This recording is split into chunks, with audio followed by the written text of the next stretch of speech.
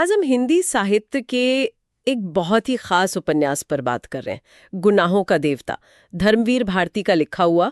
और हमारे पास एक समीक्षा है इसकी, तो उसी के जरिए थोड़ा गहराई में उतरते हैं। ये उपन्यास अपनी मार्मिक प्रेम कहानी के लिए बहुत मशहूर है ना? हाँ बिल्कुल, अमर प्रेम गाथा होने गिना जाता है इसे। तो समीक्षा क्या कहती है? कहानी लखनऊ की है, राइट?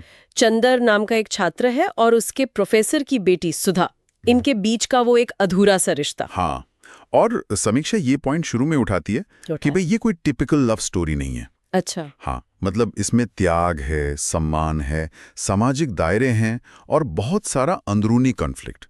समीक्षा कहती है कि चंदर का जो अपना आत्मसंयम है ना, और समाज की वो अनदेखी दीवारें, वो इस रिश्ते को पूरा नहीं होने देती। चंदर का किरदार, समीक्षा में उस पर जोर है कि वो कैसा है, मतलब भावनाओं को दबाने वाला टाइप। बिल्कुल, समीक्षा उसे ऐसे दिखाती है जैसे कोई भावनाओं का समंदर अंदर लिए बैठा है पर उसे बहने नहीं दे रहा। उसका वो संघर्ष कि क्या सही है क्या गलत, इसी में वो झूलता रहता है। लेकिन ये जो संयम है, समीक्षा इसे सिर्फ उसका निजी नैतिक फैसला बताती है या इसमें समाज का डर, हालात का दबाव, वो सब भी शामिल है? देखिए, समीक्षा के हिसाब से ये मल्टी लेयर्ड है।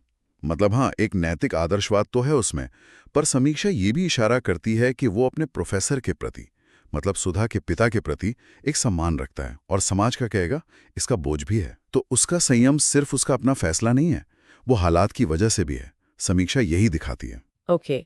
और सुधा, समीक्षा उसे कैसे देखती है? क्या वो बस एक बेचारी मजबूर लड़की है? नहीं नहीं, सिर्फ मजबूर नहीं। समीक्षा उसे बहुत संवेदनशील, भावुक और चंदर को गहराई से समझने वाली बताती है। पर हाँ, वो भी बंधी हुई है, परिवार का मान, समाज के नियम। समीक्षा ये भी कहती है कि उसकी खामोशी में भी एक तरह की एक ठहराव है, एक समझ है, जो शायद उस जमाने की औरत की स्थिति पर भी एक तरह की टिप्पणी है। और हाँ, समीक्षा में बिनू, पम्मी जैसे साइड कैरेक्टर्स का भी जिक्र है। हाँ, उनका क्या रोल बताया गया है? मतलब ये किरदार कहानी को कैसे सपोर्ट करते हैं? समीक्षा कहती है कि ये सिर्फ नाम के लिए नहीं है।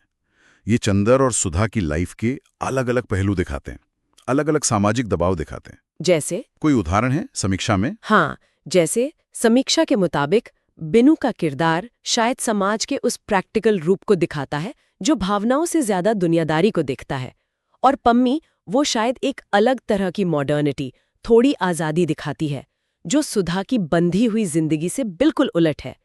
तो ये कॉन्ट्रास्ट पैदा करते हैं, टेंशन बढ़ाते हैं। ये दिलचस्प है। अच्छा, भारती जी की लिखने की स्टाइल के बारे में समीक्षा क्या कहती है?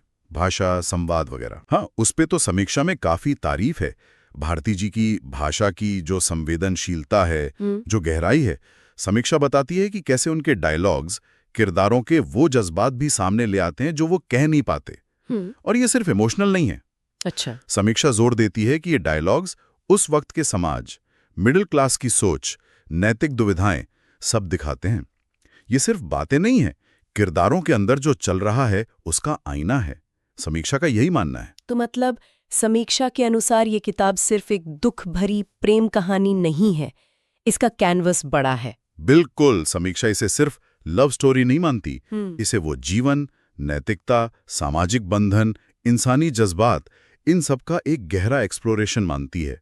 समीक्षा बताती है कि कैसे आइडियलिज्म और रियलिटी के बीच का जो टकराव है वो किरदारों की जिंदगी बनाता बिगाड़ता है। और दिलचस्प बात यह है कि समीक्षा इस त्याग को ग्लोरीफाई नहीं करती, बल्कि उसकी जो ट्रेजेडी है, उसकी जो इंसानी कीमत है, उसे हाईलाइट करती है कि कभी-कभी सही काम करना भी कितना दर्दनाक हो सकता है। तो फिर आखिर में ये समीक्षा पढ़ने के बाद या ये उपन्यास पढ़ने के बाद रीडर को क्या मिलता है?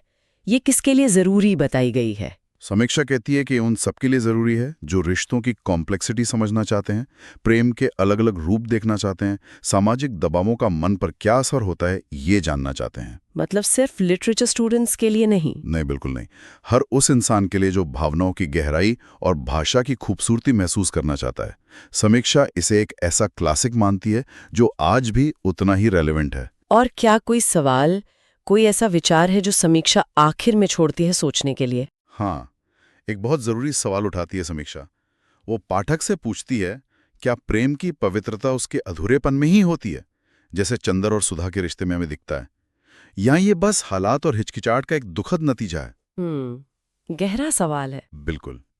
क्या प्यार का मतलब हमेशा मंजिल पाना ही है, या उसे महसूस करना, उसे निभाना, वो भी उतना ही मायने रखता है? ये सोचने वाली बात है। इसी सवाल के साथ आज की ये बातचीत यहीं रोकते हैं।